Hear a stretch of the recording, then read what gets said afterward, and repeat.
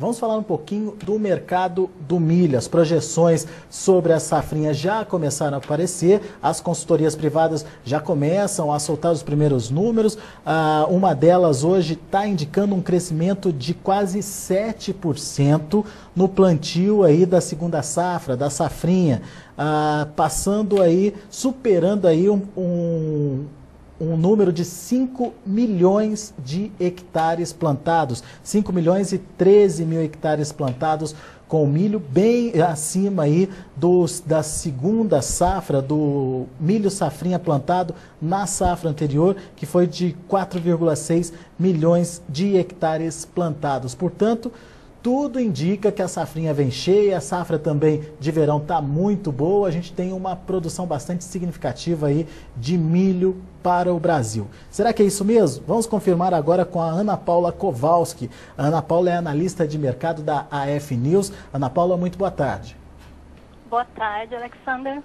É isso mesmo, a gente está vindo ou está se preparando para mais uma super safra de milho, uma super produção de milho aqui no Brasil, Ana Paula? Exatamente, as projeções já eram de uma super safra, né? Assim como foi essa safra de verão, né? Como são as projeções para essa safra de verão agora. Então, a tendência é aumentar muito a oferta de milho com os estoques da safra passada ainda presentes também. Tem muita coisa em estoque ainda? Tem bastante estoque, inclusive é esse estoque que está abastecendo o mercado, que para janeiro já está suprido em relação ao milho. Ou seja, a safra de verão começando a ser colhida e provavelmente não vai ter comprador para ela nesse primeiro momento.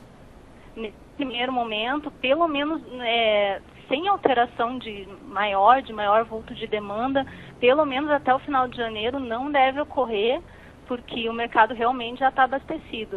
Então, para a chegada da nova safra, que já está até começando a ser colhida em algumas regiões do Rio Grande do Sul, vai ficar complicado para comercializar esse milho.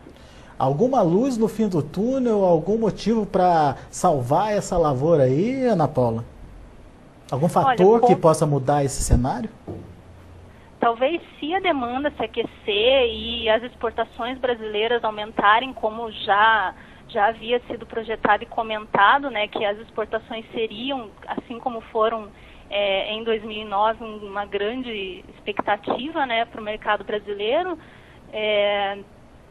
Esse cenário pode ser melhorado por essa situação, mas realmente os preços vão ficar em patamares baixos com essa oferta grande que está sendo projetada e uma demanda que está aumentando, mas não na mesma proporção do aumento da oferta. Você acredita que em quanto tempo a gente tem mais ou menos um cenário definido aí, hein? A partir de fevereiro a gente já começa a ter essa perspectiva de exportação melhor, a ter essa perspectiva de consumo interno melhor aí para o mercado, pelo menos para analisar melhor o mercado? Sim, os negócios tendem a se consolidar nesse período, né? Aumentando um pouco agora no início de fevereiro, final de fevereiro, início de março, aumentando um pouquinho o aquecimento da demanda. E talvez as exportações também se consolidando, né? Inclusive com a safra nova que está chegando já, que deve ser colhida em sua maior parte em março, né? No final de março, início de abril. Então, daí a gente já vai ter um cenário mais definido a respeito do milho. Para complicar a situação, o USDA, o Departamento de Agricultura dos Estados Unidos, divulgou recentemente a sua estimativa de produção de milho lá naquele país, falando de 334 milhões de toneladas, muito acima da expectativa do mercado aí. Que complicador esse aumento na produção do milho lá nos Estados Unidos pode trazer para a gente aqui no Brasil, hein? Bom, os Estados Unidos, como um grande produtor de milho que juntamente com a Argentina, cuja produção também foi elevada pelo relatório de ontem do Departamento de Agricultura dos Estados Unidos, tende a refletir diretamente no Brasil, sim. Como a gente sabe, as cotações de Chicago têm reflexo imediato nas cotações do mercado interno brasileiro, e mesmo com o USDA mantendo a previsão de produção brasileira em 51 milhões de toneladas, a gente ainda tem esse excedente, né, da Argentina, do nosso maior colaborador aqui na América do Sul, e dos Estados Unidos, que como maior produtor acaba refletindo de maneira muito representativa no mercado brasileiro também, para agravar ainda mais a situação, que já é de grande expectativa de safra no Brasil. Inclusive complicando até a própria exportação brasileira, né? Porque Estados Unidos também como exportador, a Argentina também como exportadora, acabam os dois países abastecendo o mercado que o Brasil possivelmente poderia ocupar, né? Sim, principalmente em relação à Argentina, especialmente, né, porque os Estados Unidos ele produz muito, mas também consome muito esse milho, né? Uhum. Então, mas a Argentina com certeza tende a ser um grande concorrente no Brasil pelos mercados importadores, né?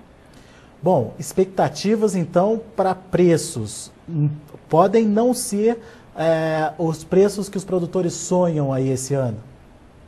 Com certeza, isso já vinha sendo previsto, né, pelos produtores, que os preços não teriam uma recuperação tão grande, mas como a produtividade do milho compensou, né, nessa safra, a situação não ficou tão grave assim. Os produtores, não, apesar de terem optado mais pela soja do que pelo milho na área de plantio, acabaram confiando nessa perspectiva de maior produtividade para dar uma compensada nos ganhos, mas os preços realmente não nos reservam um futuro muito bom para o milho, não. Alguma dica aí para o produtor de milho que está nos ouvindo nesse momento? Algum cuidado a ser tomado? Prestar atenção com alguma informação? Enfim, o que você diria para eles nesse momento?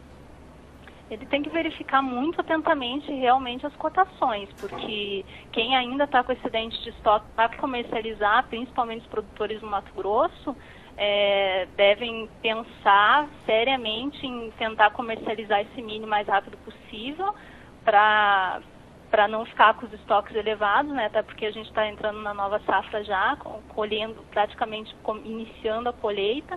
Então ele tem que pensar muito em comercializar esse milho antes que os patamares de preço tendam a ficar menores. Tá aí então a dica da Ana Paula Kowalski, analista de mercado da AF News, conversando aqui com a gente no Notícias Agrícolas. Ana Paula, obrigado pela sua participação. Volte sempre. Eu que agradeço, Alex. Uma boa tarde a todos. Muito boa tarde.